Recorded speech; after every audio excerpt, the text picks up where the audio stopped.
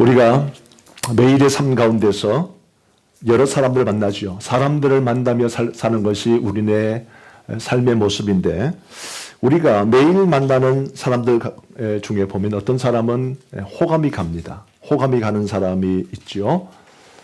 굉장히 사람 자체가 좀 매력적인 그런 사람이 있습니다. 또 하지만 어떤 사람은 호감이 가지 않는 사람이 있습니다. 얼굴이 예쁘고 얼굴이 이렇게 또 잘생겼지만 호감이 가지 않는 사람이 있는가 하면, 또 어떤 사람은 얼굴이 잘생기거나 이쁜 것도 아닌데 호감이 가는 사람이 있어요. 왜 이런 일들이 일어나는가 하면 사람을 차별하겠다 하는 것이 아니라 우리 인간의 본성이 그렇습니다. 어떤 사람에게는 끌립니다. 어떤 사람에게는 매력을 느끼게 되는 거죠. 얼굴이 이쁜 사람, 얼굴이 잘생긴 사람 처음에는 호감을 느낍니다만, 그러나 알면 알수록 실망스러운 사람이 있습니다. 알면 알수록 가까이 가서 좀 이제 친밀하게 지내고 하다 보면 실망스러운 모습들을 보게 되죠. 어쨌든 우리 사람들은 사람을 보면서 어떤 사람에게는 호감을 느끼고 어떤 사람에게는 호감을 전혀 느끼지 못하는 이런 일들이 있는데, 이 세상 가운데는 이쁘지도 않고 또 얼굴이 이렇게 잘생긴 사람은 아니지만 또 매력이 넘치는 사람들이 세상에는 참 많습니다. 같은 차원에서 우리가 이런 차원에서 우리 성도를 바라보면, 우리 성도들 마찬가지예요. 성도들 중에도 어떤 성도들은 굉장히 호감이 가는 매력적인 성도가 있는가 하면, 또 어떤 성도는 전혀 매력을 느끼지 못합니다.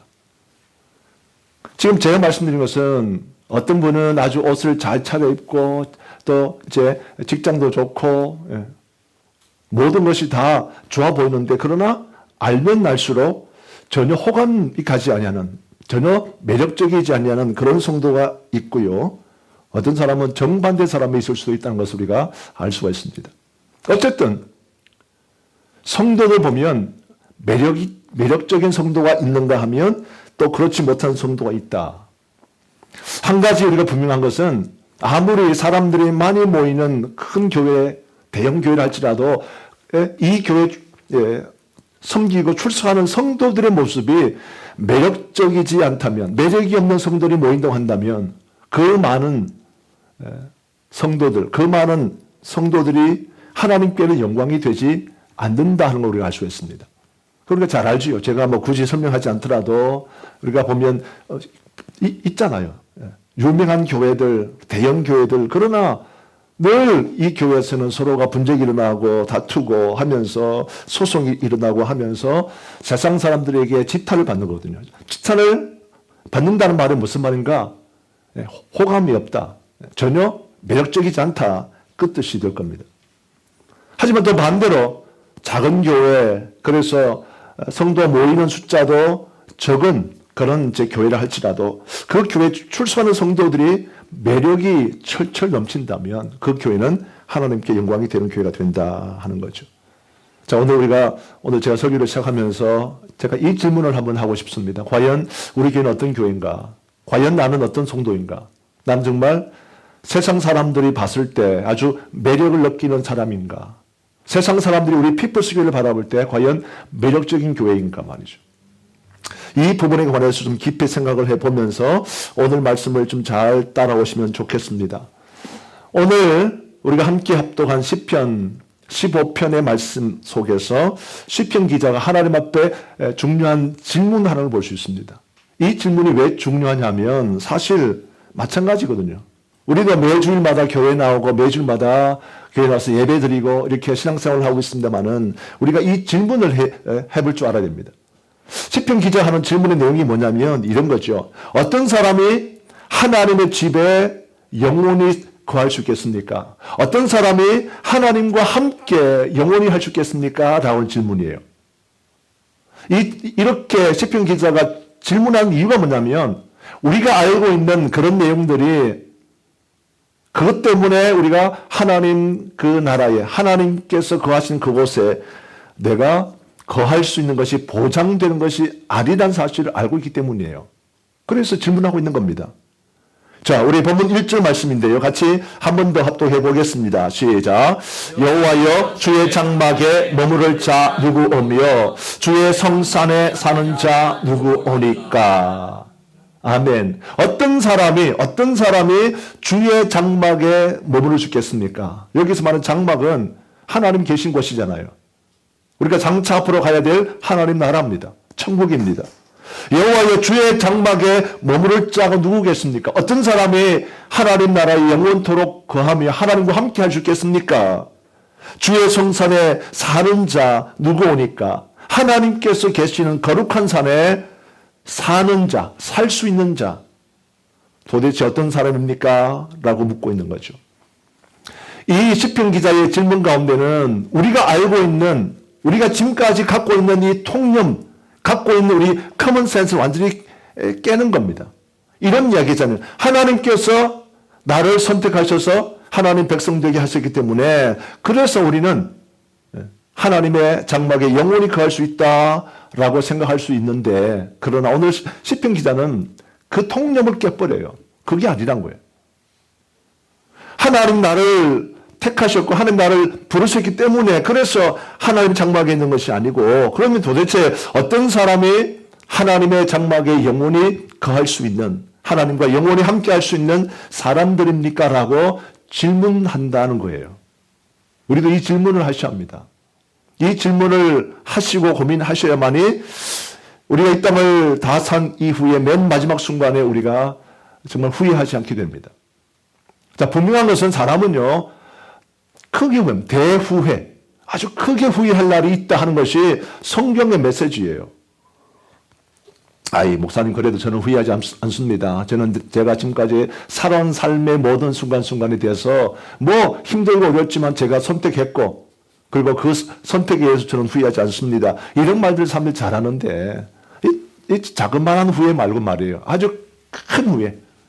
우리 인생에 정말 성공과 실패를 결정할 수 있는 큰 영혼과 그리고 영원한 생명과 영원한 사망을 결정할 수 있는 중요한 순간에 혹시라도 후회한다면 안 되지 않겠어요? 하나님과 영원히 함께하는 사람이 도대체 누굽니까? 라고 시편 기자가 질문했고 그 질문에 대한 answer, 그 질문에 대한 답변이 2절로부터 5절까지 답변입니다. 오늘 말씀에 시편 15편 말씀을 분석하자면 그런 이야기예요. 시편 15편 1절 말씀 가운데서 정말 중요한 인생의 질문을 했고 그 질문에 대한 answer가 뭐냐? 2절로 5절까지 말씀이다. 그 말이죠. 그리고 이 말씀을 통해서 저는요, 매력적인 성도의 모습을 확인할 수 있었습니다. 2절부터 5절까지 나오는 그 내용, 이 모습들이 사실은 매력적인 성도의 모습입니다. 이것은 하나님 앞에서도 하나님 보시기에도 매력적인 그런 성도의 모습이 되겠지만 마찬가지입니다. 이런 사람들을요, 세상 사람들은 사실은 기다리고 있어요.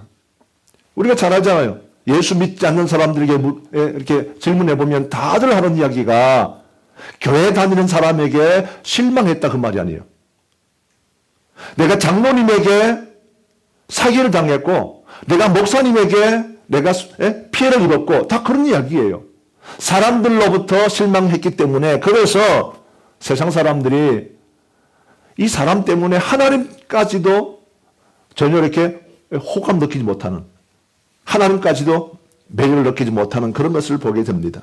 자, 그런데 오늘 시편 기자의 질문 앞에 하나님의 답변 2절로 5절까지 말씀에 나오는 모습들을 보면 이것은 세상 사람들도 호감을 느끼고 매력적인 성도의 모습이요, 하나님 보실 때는 하나님이 기뻐하시는 그런 모습이다 하는 것을 우리가 알 수가 있습니다. 그래서 오늘 저는 우리 시편 15편 이 말씀을 제가 분석해서 이 말씀 보면 매력 있는 성도들에게는 네 가지 이미지로 설명합니다. 네 가지 이미지로 설명하는데요. 그 네 가지 이미지를 중심으로 해서 매력 있는 성도의 모습을 제가 정리해서 소개해 올려드리겠습니다. 자, 우리 네 가지입니다. 첫째, 매력 있는 성도 따라합시다. 정직한 저울을 사용합니다.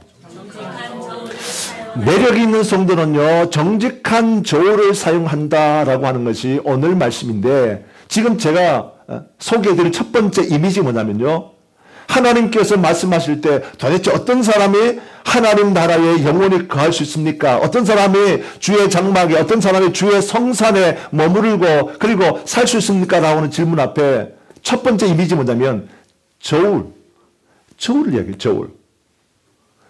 우리가 마찬가지입니다. 매력적인 성도가 되고 매력적인 사람이 되려면 우리 이미지 가운데 이 사람은 저울이야. 이게 무슨 말이겠어요? 예? 항상 저울은요 공평합니다. 공평해. 그렇잖아요. 공평해야 저울인 거잖아요.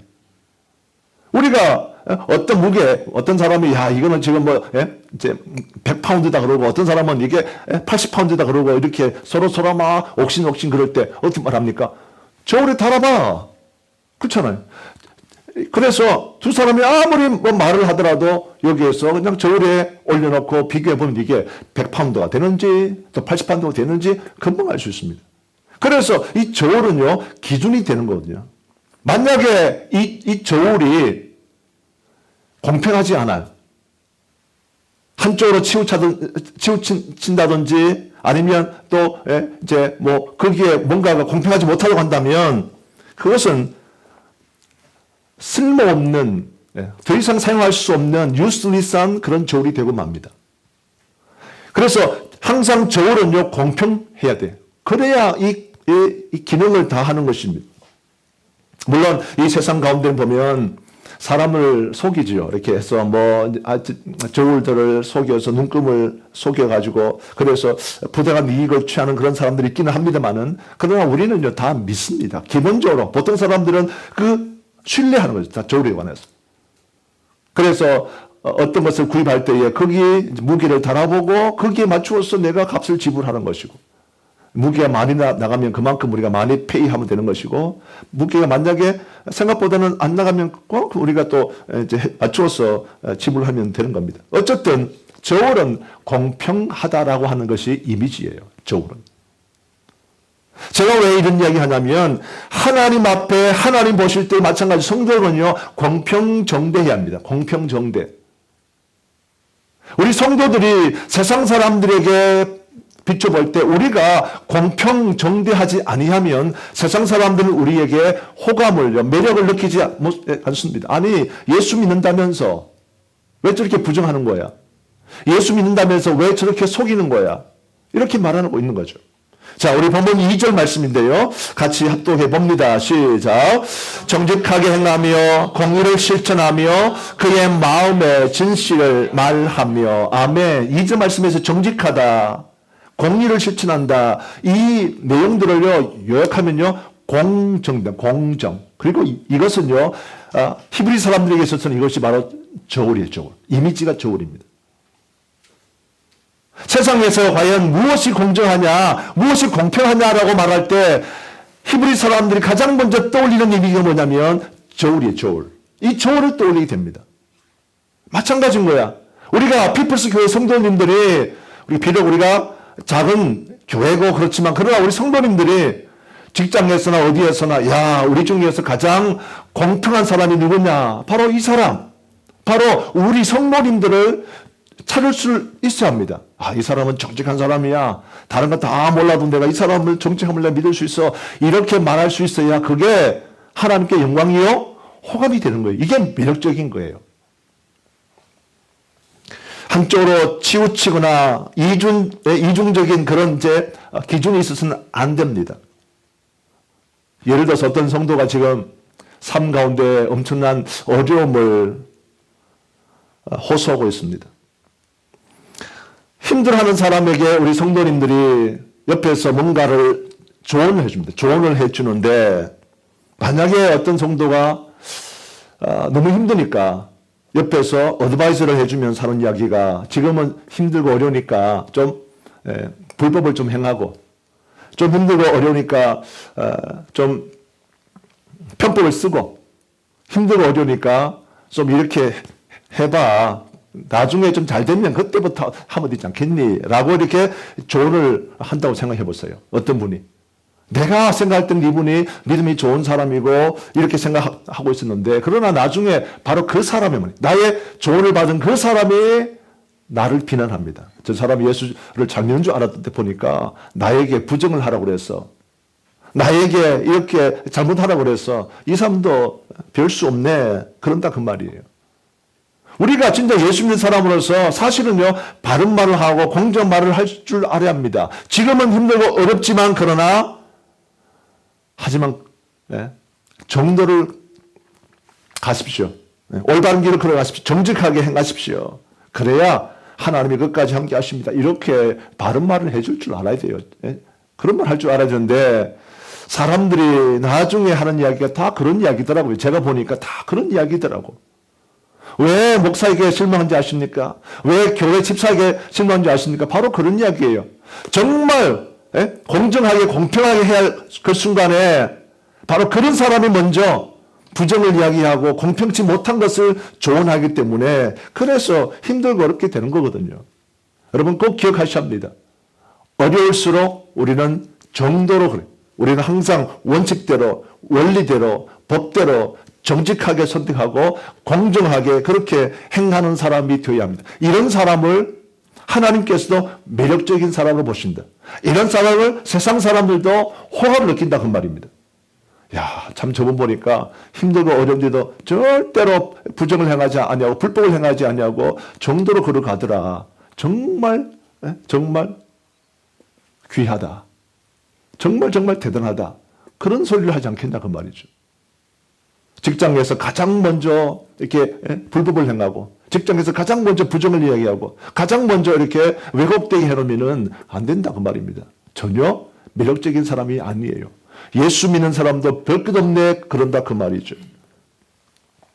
정직하게 행하며 공의를 실천하며 그의 마음에 진실을 말하며 라고 하는 것이 오늘 첫 번째 주신 말씀입니다. 매력적인 성도의 모습은요, 가장 먼저 이미지 딱 떠오르는 것이 저울. 이 사람은 정말 저울 같은 사람이야.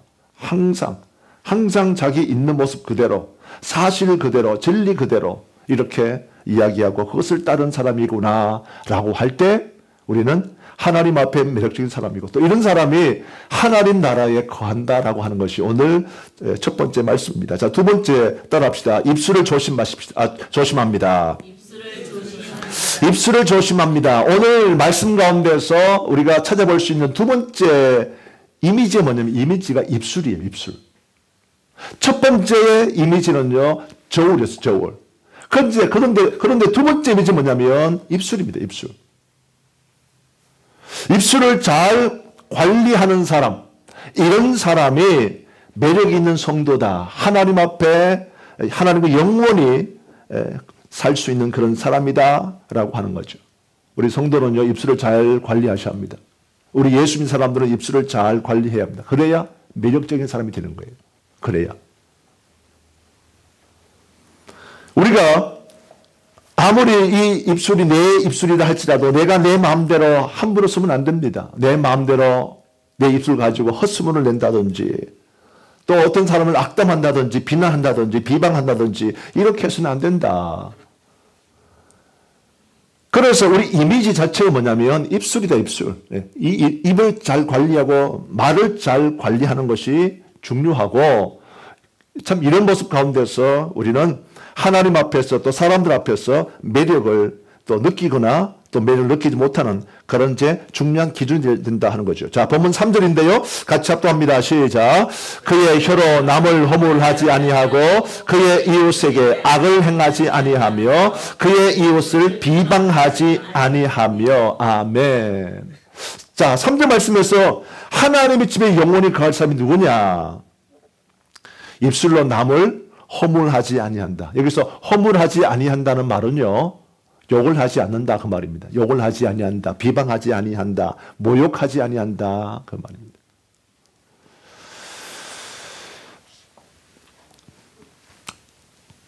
어떤 분은 정말 그래요. 교회에서 이제 신앙생활 오래 하셔가지고 집사가 되고 권사가 되고 장로가 되었습니다. 그런데 하지만 이분의 늘 입에서 나오는 말들이 뭐냐면 다 욕을 달고 살합니다.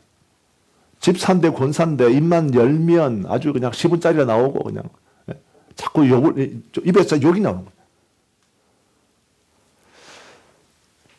또 아니면 너무 쉽게 사람들에 대해서 모욕하는 거예요. 다른 사람을 모욕하고 다른 사람을 비난하고 그렇습니다.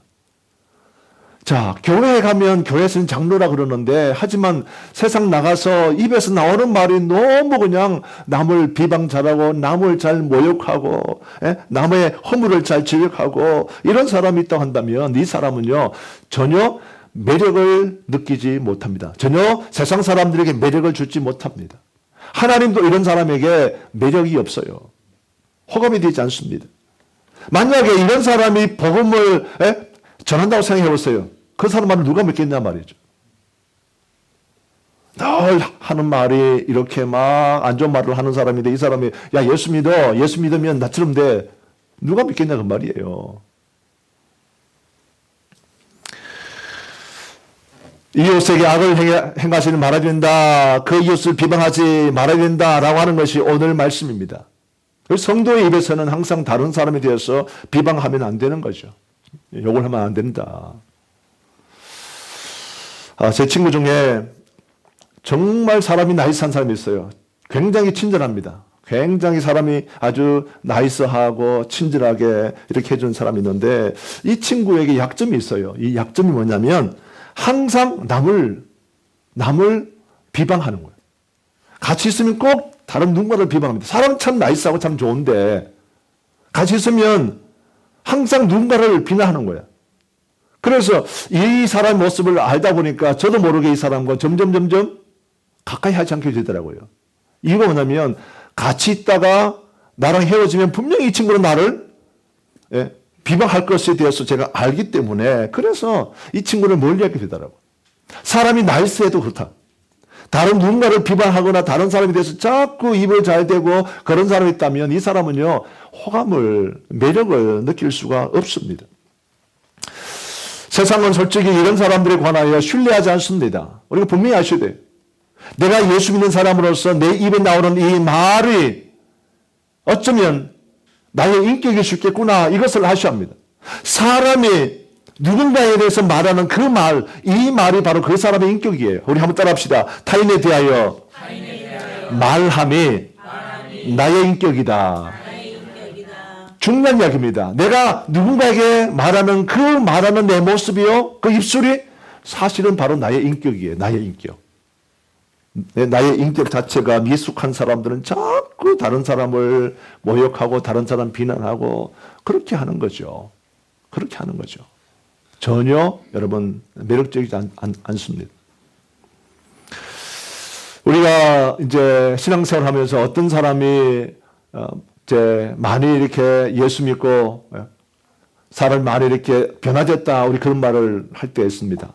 목사님, 이분요 진짜 많이 변했어요. 우리 교회 나오고 우리 교회 나오고 많이 사람이 변했어요. 이렇게 말하는 그럴 때가 있습니다. 여러분 이 사람이 이렇게 변했다는 것을 뭘로 알겠어요? 그 사람의 말이 바뀌었다는 말이에요. 말이. 예수 믿고 난 후에 그 사람의 말이 이 입술이 내용이 변화된 거야. 그래서 이 사람이 지금 바뀌었구나. 언어가 변하니까 우리는 이 사람이 변화됐다라고 우리가 알 수 있는 겁니다. 그러면서 마찬가지로 호감을 느끼게 되는 거거든요. 꼭 기억하셔야 돼요. 예수 믿고 신앙생활 오래오래 하셨는데도 아직도 내가 이 언어가 바뀌지 못했어요. 아직도 내 입술을 내 마음대로 합니다. 남을 비방하고 남을 조롱하고 험담하고 욕을 하고 이렇게 한다면 아직도 우리는요 매력이 없다. 우리는 착각하는 거죠. 나는 내가 예수 믿고 많이 변화됐다 이렇게 말할지 모르지만 그러나 다른 사람들은 그렇게 생각하지 않습니다. 아직도 옛날 그대로네. 수십 년 예수 믿어도 아직도 입에서 나오는 그 말이 그렇다는 말입니다. 그래서 우리는요 이 입술을 조심하셔야 합니다. 근데 제가 이 말씀 묵상하면서 제가 사랑하는 성도 여러분, 우리가 입술을 조심합시다. 말을 조심합시다. 이렇게 아무리 강조한들 되겠어요? 내가 입술을 조심해서 매력적인 사람, 하나님 앞에서 매력적인 사람이 되는 입술이 되려면 사실은 내 안에 무엇으로? 하나님 말씀으로 가득 채워야 됩니다. 사람은 자기 안에 있는 것대로 나오거든요. 그렇죠? 사람 보면 아주 뭐 그냥 자기는 뭐 말 잘한다고 그러는데 안에 있는 게 텅텅 비잖아요. 머리가 텅텅 비잖아요. 나오는 말이 다 그런 말이야. 사람이 자기 안에 있는 것이 나오게 됐어요. 그래서 하나님 말씀으로 가득 채워놓으면 나오는 말씀이 하나님 말씀 같은 말이 나오니까 그래서 저 사람은 정말 말이 바뀌었네, 언어가 바뀌었네, 매력적인 사람이 되는 거예요. 근데 자꾸 이 안에 있는 것이 없거나 말씀이 가득 채워지지 않거나 한다면 아직도 입만 열면 은혜로운 말이 아니라 아주 쌍스러운 말이 되는 거죠. 그래서 이것이 그냥 하루아침에 그렇게 바뀌지 않습니다. 오랜 세월이 걸립니다. 그리고 오랜 세월 걸리면서 하나님 앞에 우리가 사랑스럽게 세워져 가는 거죠. 자, 세 번째입니다. 세 번째, 우리 한번 또 따라해 보겠습니다. 약속을 지킵니다. 네, 약속을 지킵니다. 오늘 우리 말씀 가운데서 찾아볼 수 있는 것이 뭐냐면 세 번째 이미지가요, 약속이에요, 약속. 참 신기하잖아요. 하나님 말씀 보면 이 약속을 말합니다. 매력적인 성도, 매력적인 사람은요, 언제나 약속을 잘 지키는 사람이다라고 성경은 그렇게 말해요. 근데 어떤 사람 보면 약속은 참 잘해. 약속하기는 너무너무 잘하는데 그러나 늘 약속을 지키지 않는 사람이 있어요. 이 사람에 대해서는 우리가 별로 매력을 느끼지 못합니다. 호감을 갖지 못합니다. 왜냐하면 약속을 해놓고 약속을 하나도 지키지 않기 때문이에요. 성경은 이 부분에 있어서 굉장히 아주 강하게 말합니다. 굉장히 중요하게 이야기합니다. 우리 성도가 하나님 백성다운 모습이 어디 있냐면 자기가 한 말에 관하여 책임을 지는 거예요. 이게 약속이잖아요. 약속을 한 것에 관해서 약속을 지키는 건데 예수 믿는 사람, 성도 가운데서 자기가 한 약속을 지키지 않거나 이렇게 하는 사람들을 우리가 많이 볼 수 있거든요. 그거는 전혀 매력이 없는 사람이 되고 맙니다. 자, 오늘 본문 4절인데 같이 합독합니다. 시작. 그의 눈은 망령된 자를 멸시하며 여호와를 두려워하는 자들을 존대하며 그의 마음에 소원한 것은 해로울지라도 마음이 변하지 아니하며 아멘. 해로울지라도 변하지 아니하며 아멘. 자, 오늘 특별히 말씀 가운데 맨 마지막 부분에 보면 이런 말이 있어요. 그의 마음에 소원한 것은 해로울지라도 변하지 아니하며 마음에 소원한다. 이 마음에 소원한다는 것이 무슨 말인가? 이게 바로 약속입니다. 약속. 우리가 사람들이 소원이라고 한 말 때문에 자꾸 헷갈려요. 이거는 하나님께만 하는 약속으로 생각하는데 그게 아니에요. 여기서 말은 뭐냐면 내가 약속한 모든 약속이 사실은 소원이다. 소원. 이렇게 하겠다는 거죠. 내가 이렇게 하겠습니다. 이렇게 하지 않겠습니다. 이렇게 하십시다. 약속을 했다면 그 약속한 것은 이게 마음에 소원한 거죠. 이 소원한 것에 관해서는 반드시 책임을 져야 되는데 그 약속을 지켜야 되는데 어떤 사람은 약속을 참 잘해. 약속 잘합니다만은 그러나 약속을 지키지 않아요. 이유가 뭘까요? 약속을 해놓고 약속을 잘 지키지 않는 이유가 일반적으로 생각할 때 내 머리가 나빠가지고 제가 이렇게 약속했지만 그 약속한 걸 제가 까먹었어요. 까먹어서 자기의 약속한 것을 잊어버렸다라고 말하는 사람이 있습니다만 그 사실이 아닙니다. 머리가 나쁘기 때문에 그래서 약속을 내가 지키지 않는 것이 아니고 오늘 말씀 보면 자 보세요. 4절 맨 마지막에 그의 마음에 소원한 것은 해로울지라도 변하지 아니하며 무슨 말입니까? 해롭다 말은 내가 손해본다 그 말이에요. 손해본다. 내가 손해보고 내가 희생본다. 약속을 지키지 않는 사람은 내가 머리가 나쁜 까닭이 아니고 사실은 내가 손해보기 때문이야. 내가 약속한 것을 내가 잊어버리고 기억하지 못했기 때문이 아닙니다. 이 약속을 지키려면 내가 손해보고 내가 희생을 해야 한다고 생각하기 때문에 그래서 안 하는 거예요. 그래서 이게 하나님의 말씀이에요. 교회 성도님들이 자꾸 약속해놓고는 약속을 안 지키는 거야. 그 약속을 안 지킨 이유가 뭐냐면 자기가 손해보니까 그 약속을 지키려면 내가 손해보고 내가 희생해야 되고 내가 좀 더 이렇게 낮아져야 되고 내가 더 많이 수고해야 되고 애를 써야 되고 하기 때문에 그래서 사람들이 그 약속을 지키지 않는 거예요. 다른 거 아닙니다. 어떤 사람은 자기에게 이익이 된다 싶은 사람은요 그 약속을 끝까지 지키려고 합니다. 약속 지키라 그럽니다. 왜냐하면 그렇게 자기 이익이 되니까. 사람이 약속을 지키고 지키지 못하는 문제에 있어서 핵심이 뭐냐면 사실 다른 게 아니고 내게 어드밴스, 내게 유익이 있냐 없냐 이것 때문에 그런 거예요. 그런데 오늘 하나님 말씀은 이렇게 말합니다. 그의 마음에 소원한 것은 해로울지라도 내가 손해볼지라도 내가 희생할지라도 그것을 지켜라. 이런 사람이 매력 있는 사람이고 이런 사람이 하나님 나라에서 영원히 하나님과 거할 사람이다. 그 말입니다. 교회에 나오기 때문이 아니에요.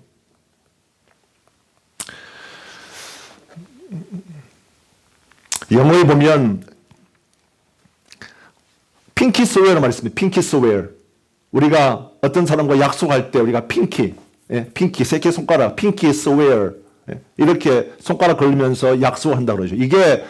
이게 핑키 스웨어입니다. 손가락 걸리고 약속하는 것. 이 의미가 뭔지 알아요? 야, 꼭 약속하고 잊어버려. 이게 아니고 약속한다 할 때 약속하는 그 목적이 뭐냐면 내가 이 약속을 지키지 아니하면 뭘 하겠다? 내 손가락을 컷하겠다 그 말이에요. 내 손가락 자르겠다 그 뜻으로 하는 게 이게 핑키 스웨어입니다. 이게. 그만큼 중요한 거예요. 내가 손해보더라도 희생하더라도 반드시 내가 약속 지키기 위해서 이게 약속의 의미예요. 한 번 약속했다면 약속을 지켜라. 따라합시다. 한 번 약속했다면 무슨 일이 있어도 약속을 지켜라. 여러분 손해가 나고 희생이 되고 어떤 일이 있어도 반드시 끝까지 약속을 지키는 사람, 이 사람을 우리는 매력적인 사람으로 하나님 앞에서 하나님이 영원히 함께 하실 사람으로 오늘 성경은 그렇게 말하고 있는 겁니다.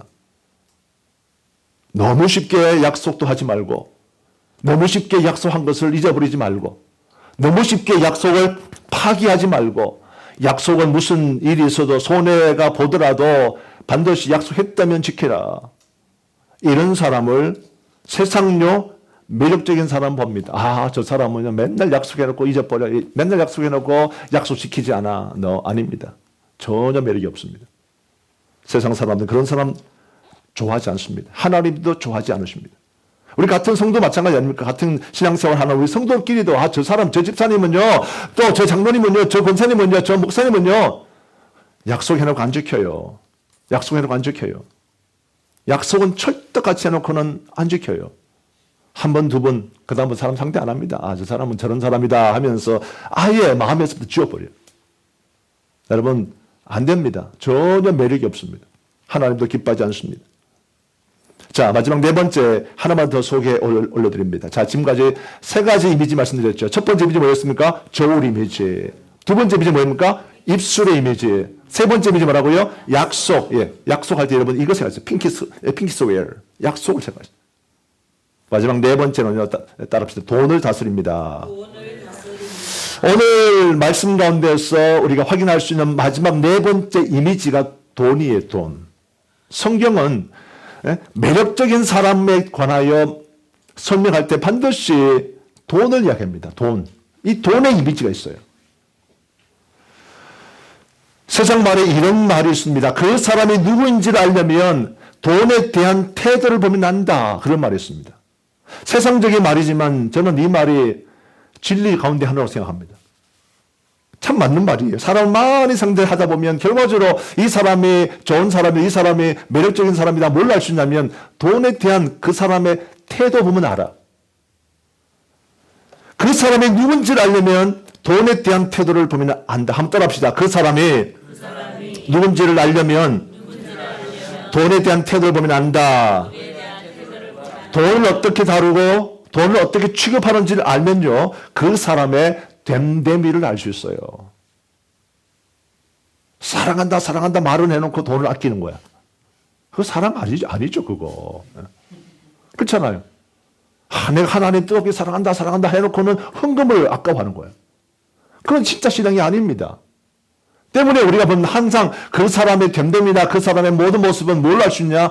돈에 대한 그 사람의 태도 보면 알 수가 있다 하는 것이 하나님의 말씀이에요. 저도 마찬가지입니다. 저도 성도들의 신앙생활을 보면서 결과적으로 이 신앙이 어느 정도 성장했는지 보면요, 다른 게 아니에요. 헌금책 보면 다 알 수 있습니다. 다 압니다. 너무 쉽게 압니다. 어떤 성도는 정말 그렇죠. 없는 것 제가 뻔히 알죠.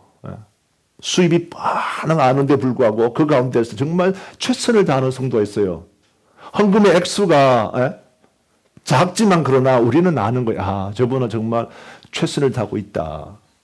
그런데 어떤 분은 보면 넉넉하게 할 수 있는데도 불구하고 너무 하지 못하는 거예요. 아, 아직까지 신앙의 수준이 이 정도구나. 우리가 그렇게 판단할 수밖에 없는 거죠. 성도는요, 자기 신앙의 기준에, 자기 신앙에 근거해서 자기 신앙의 수준대로 헌금하게 되어 있습니다. 와, 당신은 왜 이렇게 헌금 많이 해? 이 사람의 신앙의 수준이 그만큼 높은 거예요. 당신이 왜 이렇게 헌금을 자꾸 아까워해? 다른 게 아닙니다. 이분의 신앙 수준이 그거야, 그거. 자, 오늘 본문 5절 말씀인데요. 같이 합독합니다. 시작. 이자를 받으려고 돈을 구워주지 아니하며 뇌물을 받고 무지한 자를 해하지 아니하는 자이니 이런 일을 행하는 자는 영원히 흔들리지 아니하리이다. 아멘. 5절 말씀 가운데서 말씀하는 게 뭐냐면 이미지가 돈인데 이 돈 가지고 남의 불행으로 돈을 벌지 말라. 이 5절 말씀을요, 제가 묵상을 좀 하면서 이거를 만약에 제가 하나의 문장으로 한다면 어떤 의미일까? 5절 말씀을 묵상했어요. 이자를 받으려고 돈을 꾸어주지 아니하며 뇌물을 받고 무지한 자를 해하지 아니하는 자이니 이런 일을 행하는 자는 영원히 흔들리지 아니하리라. 자, 이 말씀 보면서 어떤 생각이 나면 만약에 5절 말씀을 하나의 문장으로 한 문장으로 원 센텐스로 만든다면 이런 뜻이었어요. 돈의 종이 되지 마라. 5절 말씀은요, 쉽게 말하면 돈의 종이 되지 마라 그 말이에요. 돈의 종이 되지 마라. 한번 따라합시다. 돈의 종이 되지 말라. 어떤 사람들은 정말 이 땅을 살아가면서 돈의 종이 되어 있어요. 정말 죄송합니다.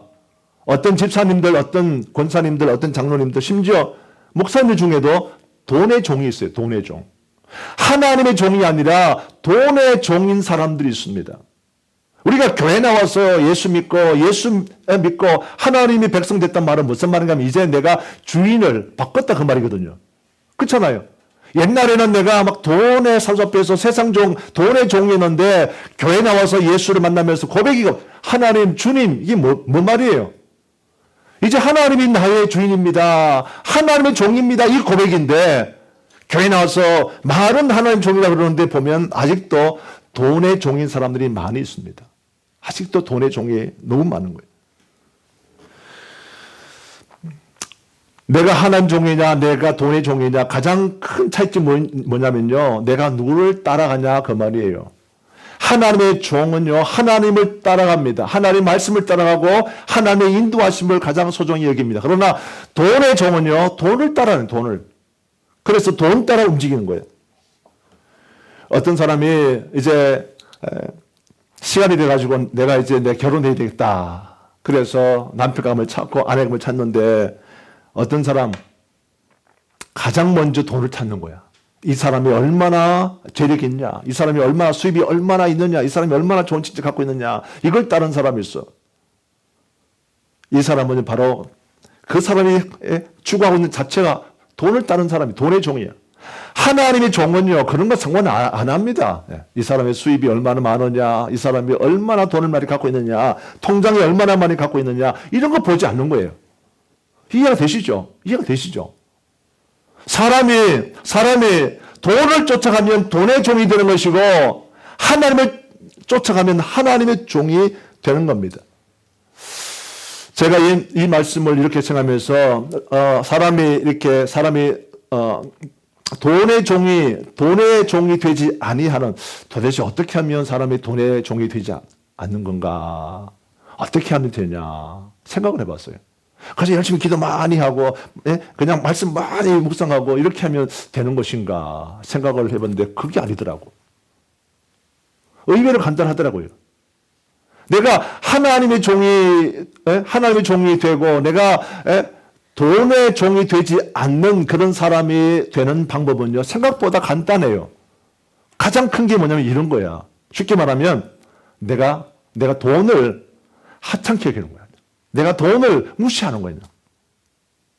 사람이 뭐죠? 돈을 귀하게 생각하기 때문에 돈을 아주 하찮지 않고 아주 귀하게 생각하기 때문에 돈을 따라하는 거예요. 돈 많이 주면 가고, 돈 생긴다 하면 가고, 이런 거 아니겠어요? 근데 진짜 하나님 말씀 제가 묵상해보면서 성경에 나와 있는 삶을 보면서 야 진짜 하나님을 만나고 하나님을 귀하게 여기는 사람을 보니까 돈을 하찮게 여기는 거야. Just like me. 예, 저처럼 말이에요. 저는 돈을 하찮게 여깁니다. 돈이 귀하지 않아요, 저는요. 아마 마찬가지 아닙니까? 우리 피플스 성도님들은 아마 돈을 다 하찮게 여길 줄로. 거기까지만. 거기까지만. 하찮게 여겨야 돼, 사실은. 정말 돈을요, 정말, 아무렇지도 않게 생각해야 됩니다. 돈을 뭐 아까워하거나 뭐 이렇게 하면, 돈을 하찮게 여긴 사람은요, 자, 11조. 돈을 하찮게 여기니까 11조. 이거는 그냥 당연한 거야, 그냥. 그렇지 않겠어요?